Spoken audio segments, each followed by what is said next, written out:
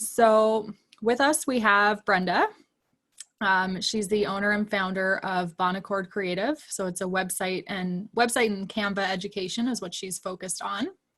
We also have Tracey, who is the founder of Reset Breathe Fitness, and she's a Facebook-based fitness program, so memberships on there.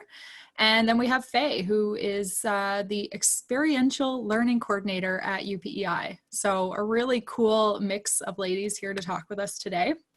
And I'll let you each say a little bit more about your own business if you like. I have some questions that were shared in advance that I'm going to pop into the chat as well, just so you don't have to try to remember what they were. But I'll let the three of you just kind of take it from there, and I'll help with any questions or anything that are popping up. If anyone does have a question, maybe just raise your hand and let us know so that we're able to interject. But if, as the speakers, want to call on people when you see them too, we're pretty easy going here. So take it away, ladies. This is such a weird situation to be in. I'm so used to just taking a back seat on all of these. So do you want all three of us off of mute, or what works best in terms of making sure this flows nicely? Sure. If the three of you want to stay unmuted and then maybe just kind of signal to each other when you're ready to jump in and add, I'm sure you'll find a good flow quite easily. Okay. All right. Why don't we just do a quick additional intro for each of us, and then we can dive into some of those questions, I guess.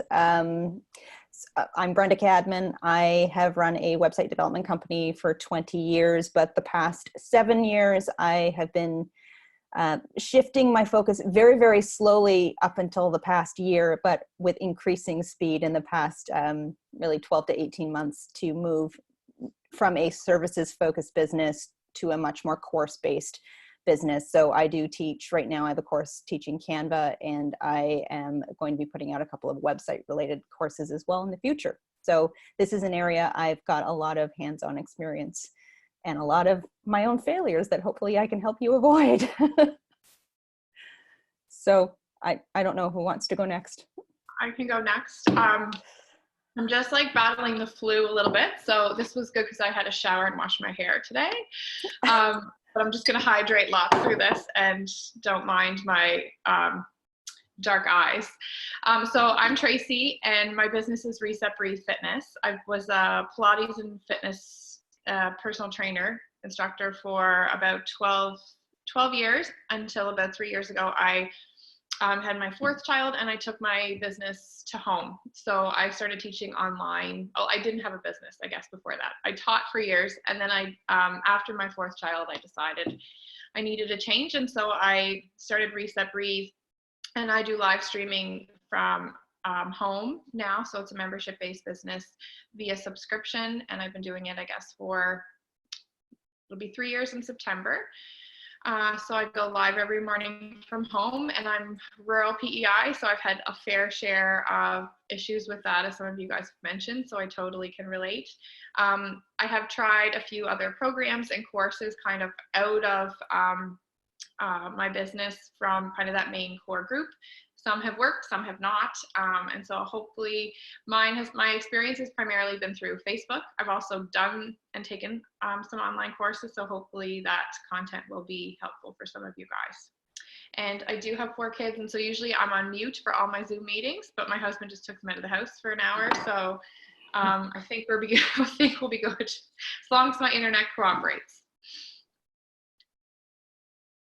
Okay. Hi, everyone. My name is Faye Bontje.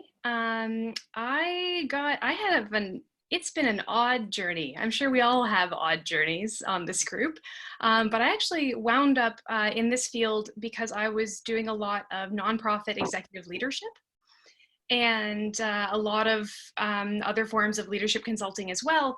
And what I found was that the majority of my time problem solving or dealing with those human issues, customer issues, employee issues, you name it, almost all of them seemed to drill down to a training issue. Did we explain? Did we support? Did we get practice and feedback? Like, did we really make that work? And take the responsibility for ourselves. And so when I found out that was actually an entire industry, I said, nuts to this. I'm taking the 10% of my job I like the best. I'm just going to do that. So I have been a full-time learning and training specialist, adult educator, instructional designer, facilitator, one-woman show, take your pick, ever since. And that's taken me all over the world. It's taken me to Vietnam and the UN and Yellowknife, and I've gotten to do some national work, again, on that nonprofit side, but I also got the chance to work for some of those big 5 banks you might all know, some small private companies, little boutique asks, human rights work, you name it. So I feel like I might actually squeeze in nicely at the end here, because it sounds like Brenda and Tracey have some very like personal to your current business experiences to share.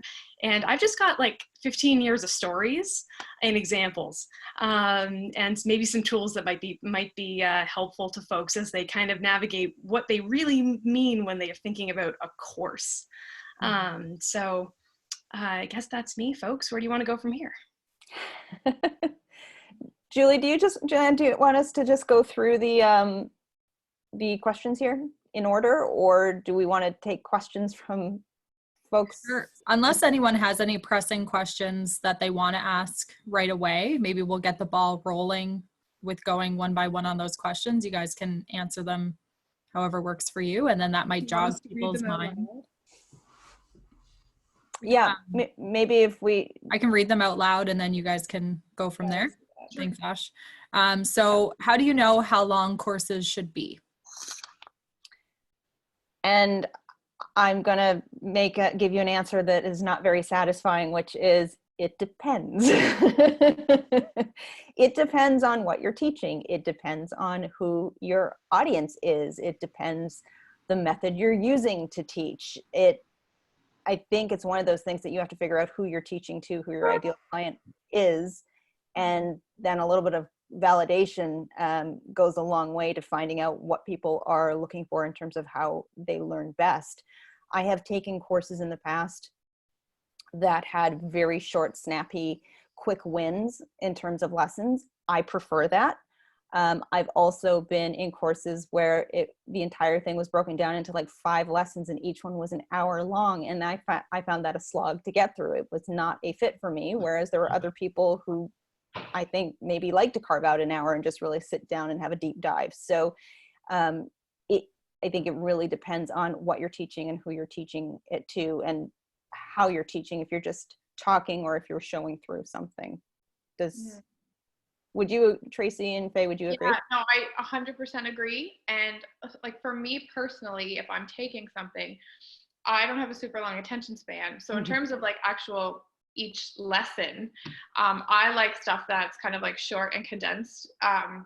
You know, even like it's a little different, but I love podcasts. But I also love podcasts that like it's a 20-minute drive for me to go to town. And I love when I can get like a whole episode in one drive. There's some that are hours long, and I do find that hard because I almost like that's just me personally. And I guess as Brenda said, it's about kind of knowing what your customer wants and what kind of people they are, and it's so dependent on the material. Just me personally, I know I'm taking one right now, and each lesson, there's 17 lessons and each one is an hour. And I find that hard, really, really hard, because I'm really excited and I really enjoy the material. But for me to sit down and have an hour, it's hard. But like I find if it was something like 30 minutes, I know I can fit that in throughout my day. So that's in terms of length. But in terms of like start to end date, again, I think it depends too. Like I have done some that are 8 weeks, and I found that to be a good amount of time because you can kind of get something accomplished, but at the same time it doesn't feel super drawn out. I've been in a cohort, I'm in the Propel program right now, and that's been going on since October, and for me it's been really long. But again, I'm a person that works better when things are kind of short and condensed, but enough time that you can kind of feel like you've moved the needle a little bit, if that makes any sense. And not all of them are going to be a set amount of time. It's not all of them are going to be content that it drips over a specific period of time. There are a lot of, like, mine is a smaller course. I did drip it over 7 module, 7 weeks. And the feedback was, we want to be able to go through it faster and really grab the content that is most relevant to where we are in working with Canva. So now they get access to all of it as soon as they sign up. They have lifetime access to it, and they can just go at their own pace. And again, that depends on your audience. And the material you're teaching, if it's going to be really overwhelming and you need to dish it out and make sure that they build foundations and then build on top of it, then it's going to make more sense to have a specific course path and timeline that you take them through, allowing time for implementation. Whereas something like mine, it's a get in there and get her done kind of thing. I think once you have the content created and you've gone through it once, it is there, and then you do have the option of just handing it all to them, and then people can go at their own pace, which I think is great, because everybody is different. Some people are going to like to spread it out, and some people are going to like to, as you said, just get it done. Yep. Or some people are at different stages and they can skip to the stuff that's more relevant to them. So once that's kind of the beauty of that course creation for online. That was when it's created, it's done, and you can make it work however. Mm-hmm. I would agree with everything Brenda and Tracey said. Often I think the common thread I heard was focusing on the learner needs and preferences, and really centering that. And sometimes if you're lucky and you manage to hook a provincial government or a company, and now you're training all of their learners versus just folks who have an interest and sign up as one at a time, that's where that becomes even actually more important, because we might think that, it's really critical for folks to have 20 minutes on something, but maybe the employer says, no, they only get 10-minute breaks. We want them to be able to take it in those 10-minute breaks. So the shortest training I've ever designed in my life was 8.5 minutes long. If you're wondering where those other seconds went, that was the hello and the goodbye. The longest was probably a year. And it was multiple days a week for a year that folks were engaging. And that was, I think both of those were online experiences. But I think overall, perhaps this might cover some of it. I'm going to post a little link here in the chat. If you copy and paste that into a browser window, let me see here, that should work. So back when we were chatting about doing this panel and doing this conversation, one of the first things that was brought up was, do you have any, questions you're getting all the time?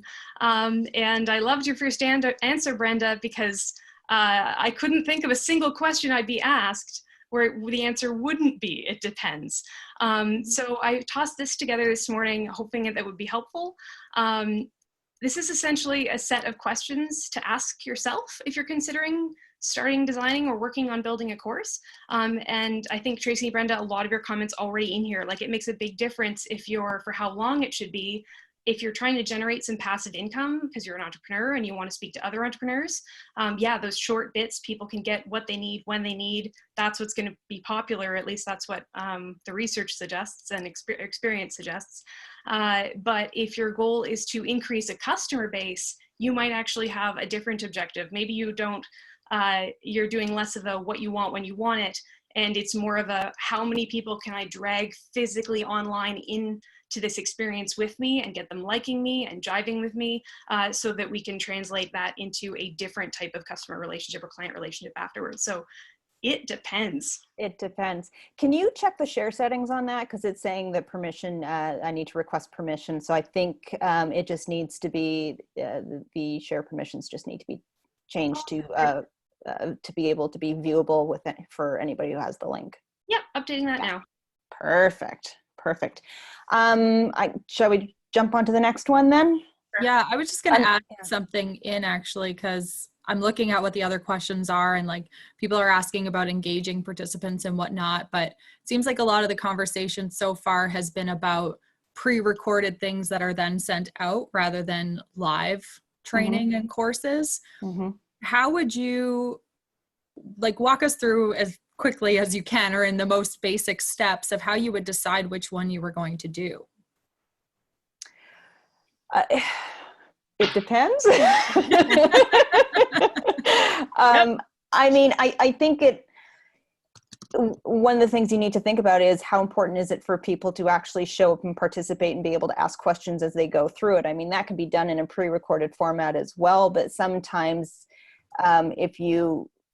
sometimes it makes sense to have the kind of a sense of accountability of, we're doing this live, it's important that you're there, and make that a requirement. I think most of the time, even when I have seen people do live workshops, they are usually, they do usually send out a replay as well, because the reality is, especially with time zones, you're never going to be able to find a time that works for everybody. I have people in my audience in California, PEI, Malta, Australia, Oman. Like, I'm never going to find a live workshop time that ever works for them.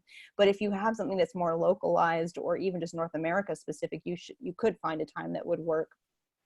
But I do think replays are usually going to be provided. But I think it comes down to the audience as well and how they best learn. If they need that live component, they need to be able to ask clarification questions as you go through it. And I mean, I hate that it depends answer, because I think a lot of the time people are looking for a concrete direction on what they should do, but it does take a lot of slowing down and getting really clear on who you're serving before you even start recording a single lesson. I think a lot of courses that I have either done or even taken myself, kind of the first time through is that they're live and they're done, where you had that opportunity to be live with a coach, or if not, check in later and watch the replay, like kind of in that time. That, say if it's an 8-week course, and you have a live every Monday at 8, and if you can't watch it, you watch it within that, 8 weeks, to make sure that you kind of stay accountable. And then after that, you lose access to it. So I have been in part in courses like that.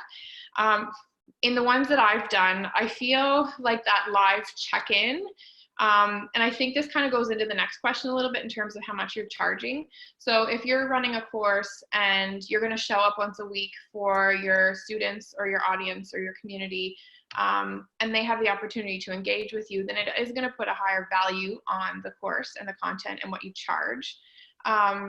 If it's something, and you might move on to something else and you don't feel like you want to run that course again, that's when you can like sell the content and people can go at it at their own pace, knowing that they're not going to have access to you. But when you're doing it for the first time, I think, especially if you're kind of new at it and you're trying to build your reputation, people are probably going to be more successful at it if you hold them accountable by having that opportunity to engage with you. So I think, like, starting out, it's good to have that option where people can interact with you. And I think even that there's another question about engagement. And I think that really helps in terms of getting people engaged, because, they are going to know that there's more value in it if they get actual one-on-one or group work with you. So I think that kind of goes into, like, it depends as well, but especially starting out, I think it's a good opportunity if you have, if you give them the opportunity to engage with you live. And you can do a combination as well. I mean, you can have lessons that are pre-recorded, as and then have the one-on-one, or not a one-on-one, but rather the live coaching element. For example, having a member Facebook group is really common for a lot of courses, and how often you show up, whether it's weekly or biweekly or monthly, that can go into the how do you charge as well. But I think it's important to remember as well that what you teach is also going to impact whether or not you can even teach live. I would be really terrified to try to teach a Canva training live, because it depends on a software that I don't have control over. And if they are having a glitchy day, that could tank my entire training. So I need to be able to cut together stuff and make it work. So I think it depends what you're training as well. And if you're even able, there are some courses that if you're trying to show how to do something, you may need to set up unique camera angles that just are not going to be facilitated in a live environment. But that ability to answer questions live in some capacity is usually important. And a good thing to keep in mind is that based on the feedback you get, especially early on in a course, if you are getting asked the same question over and over, it probably means you need to rejig some of your material a little bit to address that more clearly, or it might help you pinpoint some gaps and some content you never even thought about including that would be particularly relevant. So it's not only a good way to provide support, but it's a really good learning experience for the course creator as well. Yeah, for sure. Yeah, and like, yeah, as you said, some videos, it makes more sense to have them pre-recorded. Yeah. It's just sometime, and it totally depends on what you're teaching, but having some kind of, if they know at some point they can have an opportunity to ask you questions, whether it's even through an email or in a Facebook group where they can post and you'll come on and answer the questions, even through comments, just that like bit of connection with you, I think is important. Absolutely. Yeah, 100%. I would agree with what's been said. The having a plan, but being very, very flexible with that plan and viewing whatever's happening right now as a pilot. I would certainly encourage that language.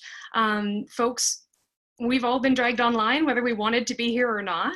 Some of us are happy, some of us aren't. And so I've found that in the courses that are being launched by first timers, either first time facilitators or first time online facilitators, the more I guess the more vulnerable you're willing to be and the more kind of open you're willing to be, not giving up that professionalism and that sense of, okay, I still, don't worry, we're not lost. I do know what's happening, but keeping that flexibility that both of you mentioned, it's helping with retention, and you'll get that feedback so you can make those adjustments. Agreed. So I think you guys kind of touched a little bit on the what to charge as you were answering those questions too, right? So it's, from my understanding, is how involved are you? How much time are you putting in? That kind of stuff, right? So, Well, I mean, I think our inclination is to go straight to that point, but I think we're doing ourselves a disservice by saying, well, how much time am I putting into it? More content does not mean more value. And Yeah. I think focusing on what is the transformation they are going to get? How is this going to help them? Is it going to make their relationship better? Is it going to make their health better? Is it going to save them a crap ton of time with the processes that they have in their business right now? What is the transformation? What is the value of that? And then also gauge who your ideal client target audience is. I took a program called Digital Course Academy by Tracey. You'll know Amy Porterfield. And it's not a cheap course. With the US exchange rate, I ended up paying close to $3,000 for that course. But I know what the value is for me taking it, and particularly access to that community. Her audience is course creators who are really ready to go all in on developing their courses. I wasn't happy to pay that money, but I was fully prepared to. My audience are people who are trying to not have to hire a graphic designer. Ain't nobody paying $3,000 for a Canva course. So mine is priced at a lower price point, even though I know there's a lot of value in it and it's going to save them a lot of time. So you have to walk that balance of, am I going to go for volume here as opposed to a more kind of expensive custom sort of solution, but then you still have to provide the customer support. So I just don't want people to think, oh, if I put more time into it, then I can charge more, because not necessarily. Brenda, what you're saying is you're almost bringing up an equation for me where value proposition, and then is the first piece of it. And then we've got market rate. And then we've got what the market will actually bear. Okay, yes. And right now, what the market will actually bear could be very different from the market rate from 2 months ago. Yeah. Where maybe I could have very confidently, if I was selling a course, charged $200 an hour for my time to do that design work. Now maybe I'm going to be cutting that way down. But those would be potentially clients or a company that would want to re-engage with me in the future once things have changed, since we were willing to be that flexible. So I know we're all in tough spots, but just playing with the three pieces of that equation might help. And not always it's not necessarily a matter of, okay, given the current market, I'm going to reduce what I would charge. I'm seeing this with a lot of businesses. They're not going to reduce the rate that they've set on their course, because a lot of people have paid that full price. And if I paid full price, 3 months ago for something and suddenly saw it get halved now because of the market, I'd be pretty PO'd. But what you're seeing are a lot of these course creators offering smaller workshops or a smaller offer that is more palatable right now. And then at that point, if people are still wanting to take the next step with them, they still have an offer for that larger course. So you still have to make sure you take care of the people who have already paid that much and not devalue the time and the value of what you are already offering. But a lot of people are having to adapt and offer something they never thought they would ever consider offering. Yeah, I think the charging is one of the hardest things to decide. And I think women especially, devalue their Yes. service and their time way Yes. too much. But I have a story, and it's really interesting. That a guy I went to high school with, and he has a very successful business. And when he was developing his program, they were initially going to charge $50 a month for their subscription. And then they hired kind of like a consultant, or I'm not sure who exactly it was they hired. And they said, no, you should charge $3,000 a month for your subscription.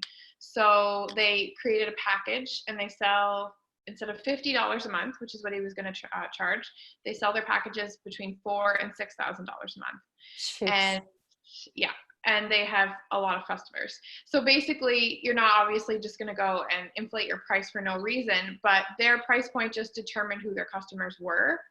Yeah. And they have really, really big name brand companies that can afford to pay that money. And so I guess that's, like as Brenda said, knowing who your customer is or who you want your customer to be is really important in determining the price. And it shouldn't be because you're feeling guilty or you feel like it's too much. It's just like, who is your ideal customer and what kind of money are they going to pay? And I think it's really important. And I know I do this myself too. When I look at something that's priced a little higher, in my head, I just automatically think it must have more value. Where if I see something $9, I don't necessarily value it as much. It may both have equally great content, but you know, perception is really important in that too.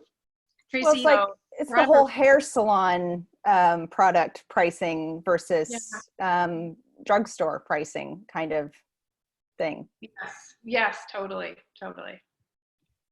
Tracy, you just brought up a really good point, and then it escaped my brain. So I'm going to try to find it again and then roll. That's how I roll. And there's one more thing you need to don't underestimate in terms of when you're thinking about your pricing. How much do you need to get paid for this to be worth your time? Because yeah, I probably would have more people taking my Canva course if I was priced it at $49. I did not schlep as much as I have over the past 5 years in course creation to charge $49 for the amount of effort, blood, sweat, and tears that have been put in that thing. So it needs to be worth your while as well.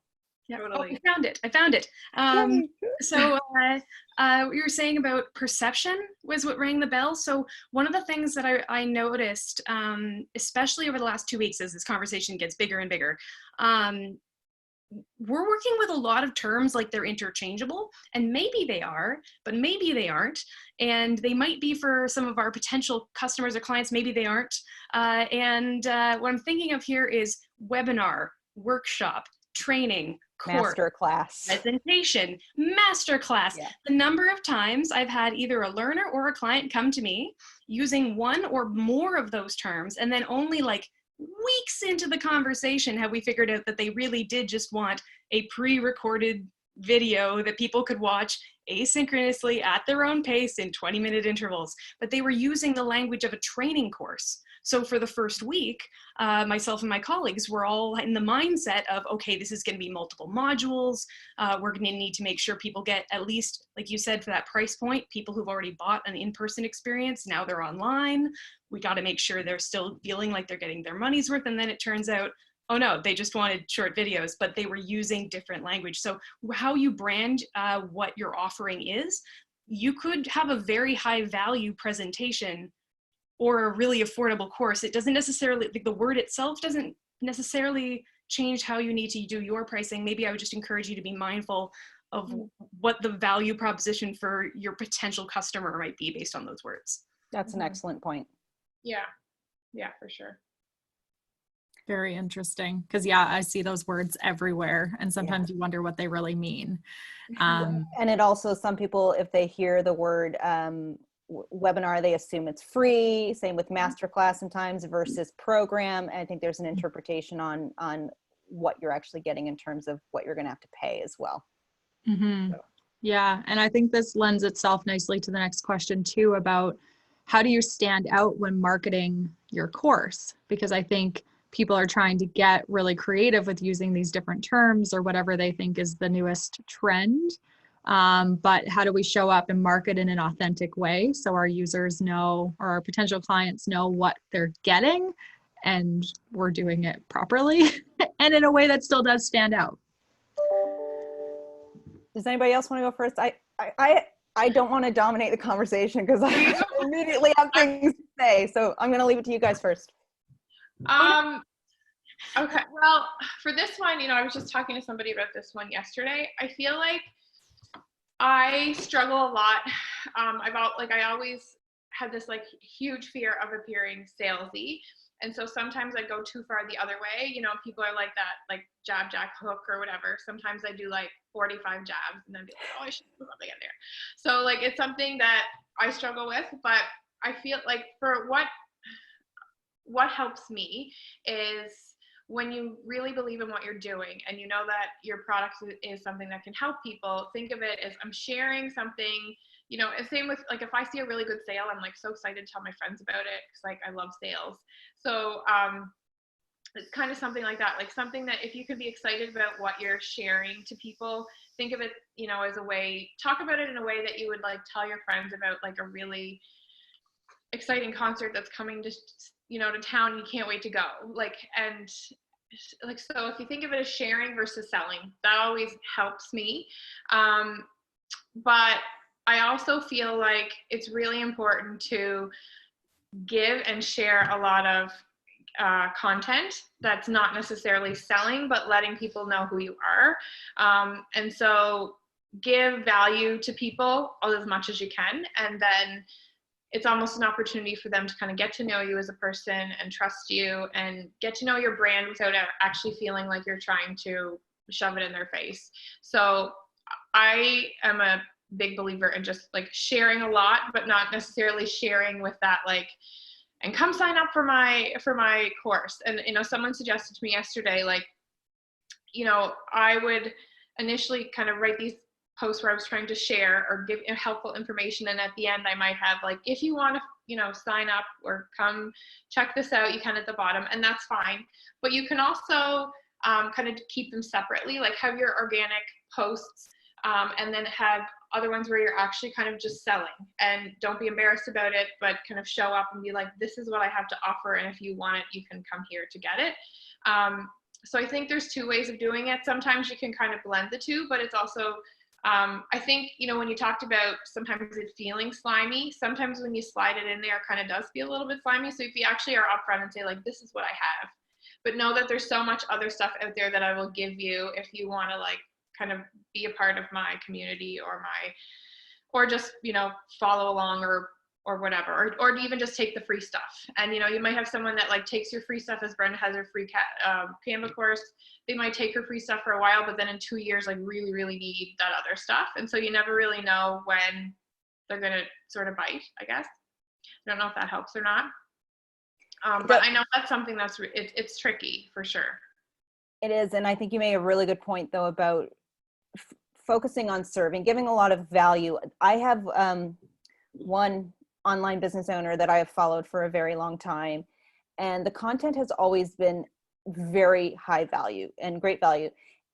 And it really has built a trusting kind of relationship that I have, and I'm prepared to invest in the products that that person provides. But what I've noticed in the past year, especially the past 6 months, there isn't a single email that she sends out that does not have some sort of ask on it. Whether it sounds very genuine and then it's pitching in somebody else's program for an affiliate thing, or it's trying to get you into her membership, or it's trying to get you to buy this next thing. And it always feels like now, instead of going from just here's some value, and then at some point I'm going to pitch a course to you if you want to take it to the next level. Now it's like, it's not jab, jab, jab, right hook. It's right hook, right hook, right hook. And I am burned out, and it's a real shame because I have been a big fan of hers. Mm-hmm. And now I'm feeling a little bit gun shy, because I think, especially now, some are really paying attention. There's a lot of them are really reading the room and focusing, approaching things from a very heart-centered approach, and really giving a lot of value and focusing on building the relationship and knowing that that will translate into sales at a later date. Mm-hmm. Some are going the opposite direction and are feeding on the fear and feeding on the desperation, and they are trying to sell based on that. And it might work for a while, but people are going to remember how you make them feel. Yeah. And that is not a long-term sustainable approach to marketing. So you're right, Tracey, about the idea of separating the ask sometimes from the value, because if it feels like the value is always attached to an ask, then there's also almost a feeling of, okay, what is she after this time? Absolutely. Yeah. And I know a lot of people that I've talked to are like, well, what's your call to action? What's your call to action? And I'm like, sometimes my call to action is just going to be, I'm going to send out my blog and I hope that it's something that, you know, is insightful for you. And so I've switched it in my own way a little bit now lately, especially lately, because I feel like, who just said, Savannah, that you've unsubscribed. I know so many newsletters are like driving me crazy lately. So through all of this, I know my business was an online platform before this, and I know now more is switching to online, but I feel like if I started like driving things down people's throats right now, I'm only going to turn them off, because people are so vulnerable and there's so many people that are doing that. So right now I'm like kind of almost like taking my call to actions backwards and being like, I'm just going to try to send them out stuff each week that's helpful. And I know that like marketers might not agree with me, but I'm like, I believe in karma. Like I believe that like what goes around comes around. And if you like are looking after people, that like you'll be looked after too. I know maybe that's not a good sales approach, Well, but you have that's to do just what how feels right. Yeah. Like I've been the exact same way. I have not been selling at all. I mean, I would like to be selling more than I am right now. And I just have been so resistant to it, but I'm finally going, I need to be able to sell and not worry about it. And I just have decided if I just sell from a very heart-centered approach, and I know that this will genuinely help people, then I have to put it out there and not be afraid of the unsubscribes, because if they don't want to hear from me, and I think this is something to keep in mind, you do still need, like you said, women in particular are afraid to sell a lot of the time. And don't be afraid to have somebody unsubscribe, because they weren't going to be they weren't going to necessarily be your customer anyways. And if they are later down the road, they'll jump back on. Yeah. As a serial entrepreneur that started out in nonprofit, that's a wild way, by the way. In case anyone wants to try learning about entrepreneurship through deliberately not making money, we can chat. What I think coming from those roots, what's helped me cope with the same like icky feeling that is in like sales, oh God, what do I do? Has been trying to stay rooted in that service mindset. So I'm here to meet a need. And some of the best coaching I've ever gotten from other entrepreneurs has also been in terms of avoiding icky sounding sales pitches, has been to like, you're here to serve, you're here to help them, you're here to meet that need. So being able to articulate what need you are meeting is a big piece of that. But the other piece, and I would argue maybe a place to start if you're just getting into this, would be, where are they? Can we go find them? Like where are the people that you think might take your course or your program or whatever words we're using? Are they on Facebook? Is there a Facebook group? People are online like the Dickens right now, calling for help and expressing their needs very openly. And I don't think there's anything salesy at all to say, hey, I might be able to help you with that. Or like, if you have a need, I have a solution. And we've been I work with a group called Challenge Accepted, where we exclusively do equity and inclusion, diversity, identity-based training. So a lot of those great ones where, you know, a big company loses a court case and gets mandatory training, and you see that in the newspaper. Yeah, that's us showing up. And the meeting of the need there, that's how that really, you go find the people that are saying, we need help, we have a need, and if we can express it, then why not? Part of why I was stumbling there was I'm trying to copy and paste at the same time. I've got another little document for you that might be helpful. If anyone isn't familiar with the term knowledge, skills, attitudes, or KSAs, folks who've been doing a lot of training for a while might have bumped into this using, again, different words. But if that doesn't work, let me know. The top half of the sheet is just an explanation of what those terms are referring to. And this has been my real saving grace for the second half of that. So once I've found those people who are saying, help, I need blank, being able to be really clear about like, yes, I can meet that need, and not getting kind of like you're saying, it can be hard for us, especially for women, like to feel like we're promoting ourselves or whatever. Instead of going into some of that language, just being able to say, yes, I can meet your need, and this is exactly what that means. So on that little handout, for example, they're using, or we've got the canoe. So there's a difference between, is your need that you need to know how to paddle a canoe? Do you need to be able to paddle a canoe? Or do you need to value boating safety? Those are 3 profoundly different learning needs. The clearer you are at what the learner's need is, as we've been talking about this whole time, the easier it's going to be to match that pitch in a way that doesn't feel creepy. And in addition to going and finding those watering holes of where those people are, you can also create your own watering hole. There's a reason that Facebook groups are so popular right now, particularly if you niche it down. And I mean, there's a whole lot of women entrepreneur specific.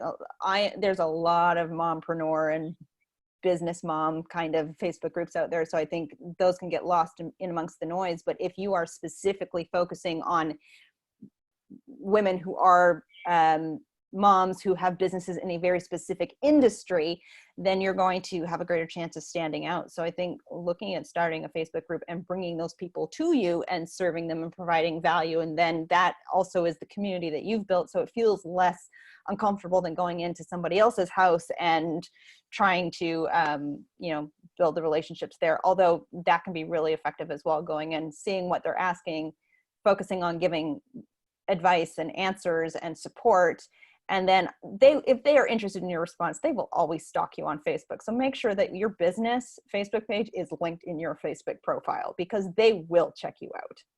Mm-hmm. Yeah, that's a good point too. Yeah, lots of great tips there.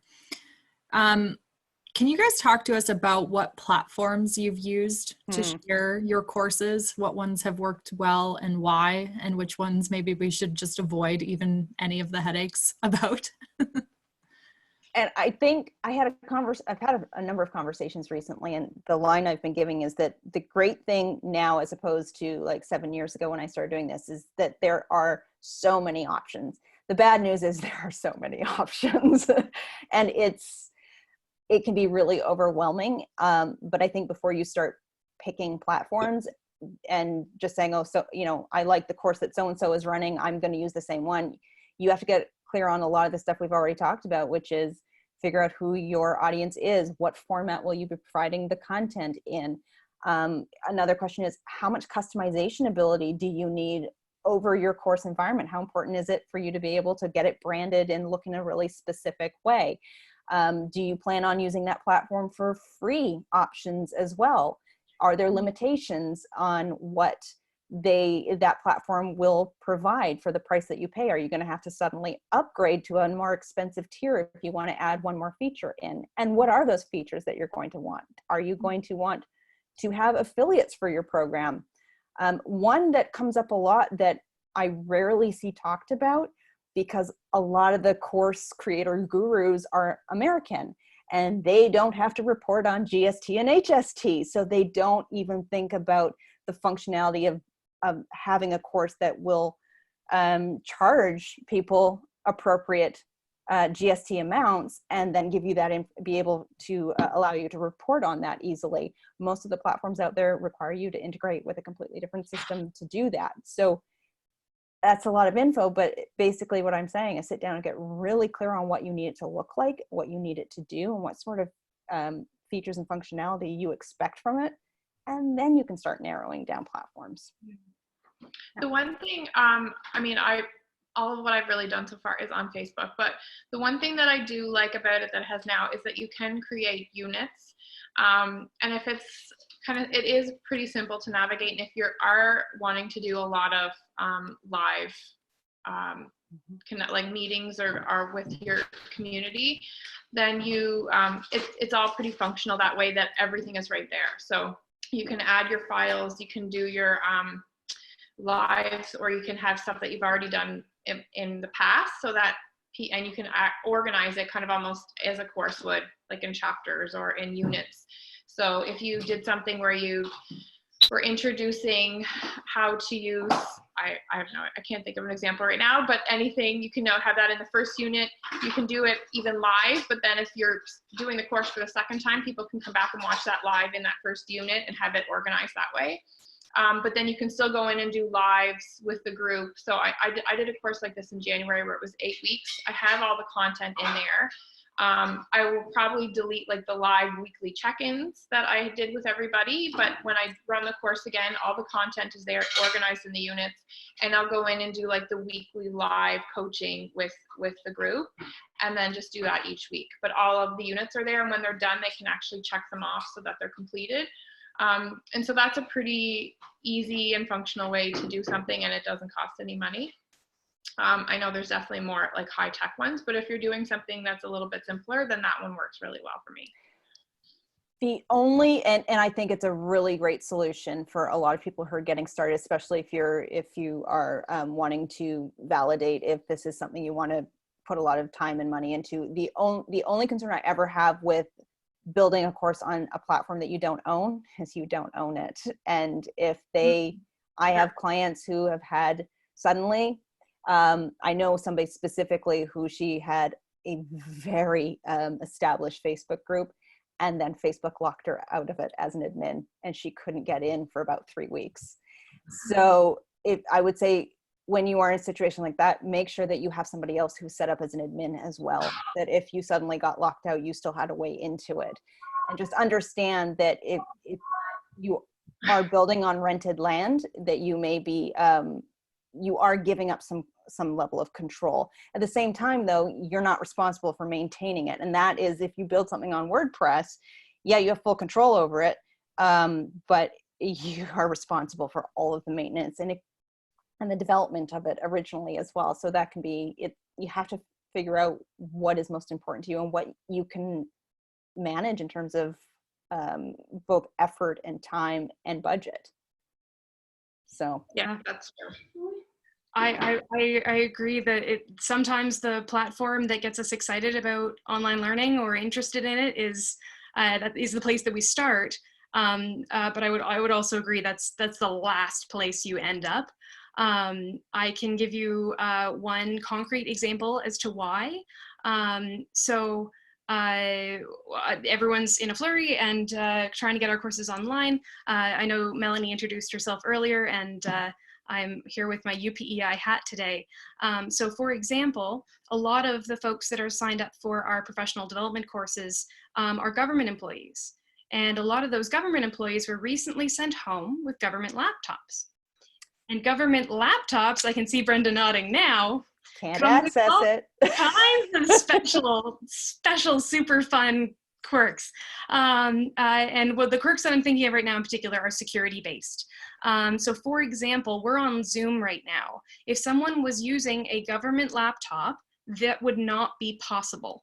Not even if they disabled their VPN, even if they did all the other things to shut it down and kind of make it safe, straight through from their IT side, if they were to see a Zoom access, they would shut that down because they're not able to have any downloadable launchers, such as the client, if you can see a little Zoom icon in whatever your start bar or function bar is right now, that means that this is using a client or a launcher. And so no provincial employees in PEI, if they're accessing it on a government computer, can access a platform with a launcher. So if we had started out working on platform, my golly, that would be a lot more stressful than, I mean, it's certainly stressful to make sure that we're working around the clock to make sure that folks will get the courses that they've signed up for. And I'm feeling really good about where we are at, but what a phenomenal example of if we had built the whole thing in Zoom and then found that out. So, yeah. Again, it's knowing your audience. That said, I mean, something like Facebook, it's where everybody is. Yes. So it's phenomenal for providing that coaching element, that support element, the group element. And honestly, I mean, for a lot of courses, it does make sense, especially if you're going live regularly, and that's where they are anyways, and that's easiest for them to access. It's just a matter of understanding what they're looking for and what the limitations are. And then you can make a choice of what is the best fit. The other quick comment I wanted to make about platform is that I think right now when we're in our minds, we're imagining like, okay, so there's the platform where I'm going to get this course to my learners, but of course there are also the platforms where we're going to develop our course. And if you are going to go for one of those big clients or big numbers, this can kind of grow very quickly. So the analogy I often use with folks who haven't done e-learning before is how do I build an online course is a very similar question to how do I make a video? Because, well, are we talking about, you know, holding your iPhone up to your face and saying happy birthday grandpa? Or are we talking about shooting a major motion picture that's going to be released by Miramax and Lionsgate? E-learning can fall anywhere on that spectrum. So if your ambitions are large, and I encourage you to have grand ambitions for sure, don't be afraid to partner up. And don't feel like you have to know and be able to use every piece of technology required. Because if you were to be putting on one of those kind of the major motion picture version of an e-learning course, let's say, something that would take, let's say, a major bank 6 months to develop and launch, that would be probably a team of minimum 15 people. And each one of those different groups of people would have a different hat on and be using completely different software and communicating to each other. So if you find that what you want to do is quite big, I mean, and on the other hand, sometimes I talk to folks who want to do something big, but all they need is YouTube or Facebook Live. So that's knowing your audience, like you said, but also don't be afraid to ask for help and build your team if you don't feel like you can put on the course that there's a need for all on your own. Perfect. Those are great cautionary tales and insights and all the different good snippets there. I do see that we're at 4:05 already. We do typically end around the hour, but I just wanted to see if anybody else had any pressing questions, or if any of the three of you do need to run away. I totally understand and respect that, but anyone want to give me a wave if they have something they are dying to ask? Savannah? Oh, yeah, there I am. I just was wondering, so if none of you really mentioned like Coursera or any of those big program platforms, is it mostly just because it's easier to go with a Facebook Live or a YouTube kind of run, or how do you make that private? Like, I'm completely new here to this realm, so I'm just wondering like what would be an ideal learning platform for video, like visual and audio learning for a program. And again, there's so many of them. Teachable, Thinkific, Kajabi, those are some of the big ones you hear a lot of. Kajabi is not cheap and they have a lot of limitations, but there are a lot of big names that promote them and make very good affiliate fees. I will say I'm a little cynical about that. But they're not always the right fit. Whereas sometimes it depends on what you need it to do. If you want pre-recorded, those platforms can be great, but you have very little customization ability on them. And that's important to some people and it's not important to others. Also, how much automation do you want in it? Do you want a platform that is going to handle that whole payment processing piece really automated in an automated way and integrate into your email marketing provider? That's something else to think about. Is, do you have automations set up attached to it? Like so mine is built on WordPress. I have used Thinkific.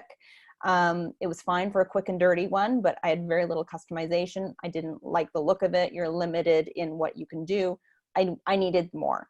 I wanted something that was blending in directly into my website and I had full control over it. I've played with other learning management systems on WordPress before. I had one time where I had multiple plugins working together nicely and then something broke, and let's just say that my membership site stopped billing my members and I realized it about 2 or 3 months later. Never again. So now I use an all-in-one system that handles all of the components, so there's nothing to play well together. It's all in one system. It's all in WordPress and it works with any theme. So you can make it, you don't design in the program. So it's Access Ally. And as a website developer, I love it. It's the only thing I have found that does what I need it to do and has no limitations. It's just a set monthly fee. I can have as many courses on that thing as I want, free. So if you've done the free Canva mini course that I have, that's on Access Ally. but that's what's right for me. There are other people, I have to maintain that. We're a website development company. We were able to create the templates easily. I already had the website set up.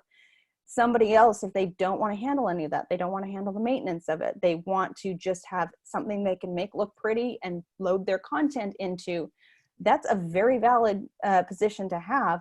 And any one of those ones, and it's Teachable, Thinkific, Kajabi, those are just the first three that jump to my mind usually, but there are tons of other ones as well. And I think a lot of people have their favorites and say, this is the one you have to be on. But that's where you have to explore. You have to first figure out what is my must-have versus my nice-to-have list of features and functionality, and then start exploring those different platforms. And also realize eventually you're just going to have to make a choice to move ahead. You may try to find the one that's the best fit for you, but progress over perfection. You don't let that, don't let that paralyze you and not move ahead, because you can always change it later. It might be a pain in the butt to do it, but you can always change it later. But I do like to use it on a platform that automates a lot of that, because my goal is, I mean, it's not passive income. Anybody who says creating or running a course is passive income has never run a course. But ultimately, I do want to automate it and systemize it as much as possible, so I don't have to handle tracking down, credit card information and things like that. Savannah, I tossed a couple of quick resources into the chat again.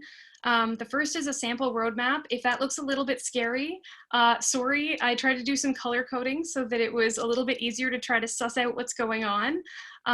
This is using Kolb's experiential education model. So I'm so sorry to answer your question about what platform should I use with, here's a learning design model, but I swear there's a reason. And it's because the sample that I put up there for you, and there is a blank one as well if you see that that's a tool you want to try, is because of the way that learning cycle ropes you around, and it goes around clockwise, and it really forces you to design your experience, sort out what experience you want your learners to have to get you going. Then reflection. Okay, you're going to need to get your learners reflecting. How are you going to do that? Is it going to be verbal?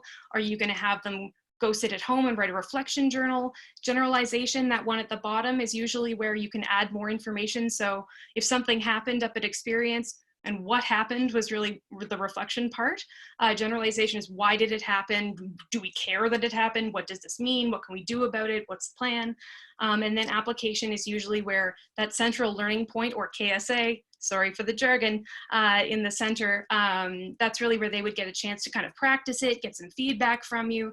And then a document like that just makes it really nicely laid out, makes it nice and easy to follow. But you can use a document like that just purely for planning purposes. You could have a 5-minute free trial one-off session. I'm going to show you how to bake a cake, and use that roadmap to make sure that you are following through that cycle. And if you do use a design tool like that, that can really help you when you get to the conversation about the technology. So if you're wanting someone to help you with the technology, like if you called me up, for example, or maybe Brenda or Tracey, and said, hey, this is what I want to do. What's the best platform for me to use? I would just be asking you questions about, well, what do you, like Brenda said, what do you want to do? Do they have to be able to talk to each other live or not? And if you already have all of that kind of written down and organized, it'll probably make that conversation faster and get you a better result. Mm-hmm. Just a quick, I use WordPress as well for my website, because all my registrations go through my website, and I also use Stripe for payments. Stripe is a really great platform for collecting payments, and you can send invoices, you can set up subscriptions through it. I have someone that has set all that up for me, because that's not my area of expertise, but WordPress is definitely great, and you can, because I have a subscription, you can have a subscription plugin. So they're just automatically billed every month as well. And then it's different, of course, if you're kind of doing a course, which is like a one-off sale. But Stripe is definitely a great, really secure format for collecting payments. And it'll integrate with all of those platforms that you might be considering. It's kind of the go-to online for accepting payments through websites. So yeah. I've used it linked with Big Cartel. Stripe is part of Big Cartel, I think, is like the main checkout system that they use. I'm not sure. Awesome. Any other pressing questions? or perhaps we can add them into the, like after the event, we always have, Ashley's so great. She usually gives us some notes that she's taken, and we'll share these resources that Faye has shared as well. I think Ashley's already put them in there because she's fantastic. And I've really enjoyed this chat today. I hope it's been as beneficial for everyone else as well. Thank you guys so much for providing your expertise. It's been fantastic. Anything else? Ashley, do you want to mention? Thank you. Yeah, no, thank you for joining us. Thank you for giving us all your information. We super appreciate it. If there's any courses or anything that any of you are offering in the next little while, maybe give yourself a little plug right now. Be good. But yeah, basically just thank you. I'm not gonna turn that down that offer, actually. Go for it. But the only problem is most of my audience is outside of Canada, so I bill in US dollars, and I know that hurts right now, but all of my subscriptions are in US dollars, so that's how I can benefit on the other side. If you are interested in taking the Canva course, the launch pricing ends tomorrow night, so it's $197 until tomorrow, and then it goes up to $297 after that, and there's a payment plan as well. So that's awesome. There's that. That's a great deal. Yeah.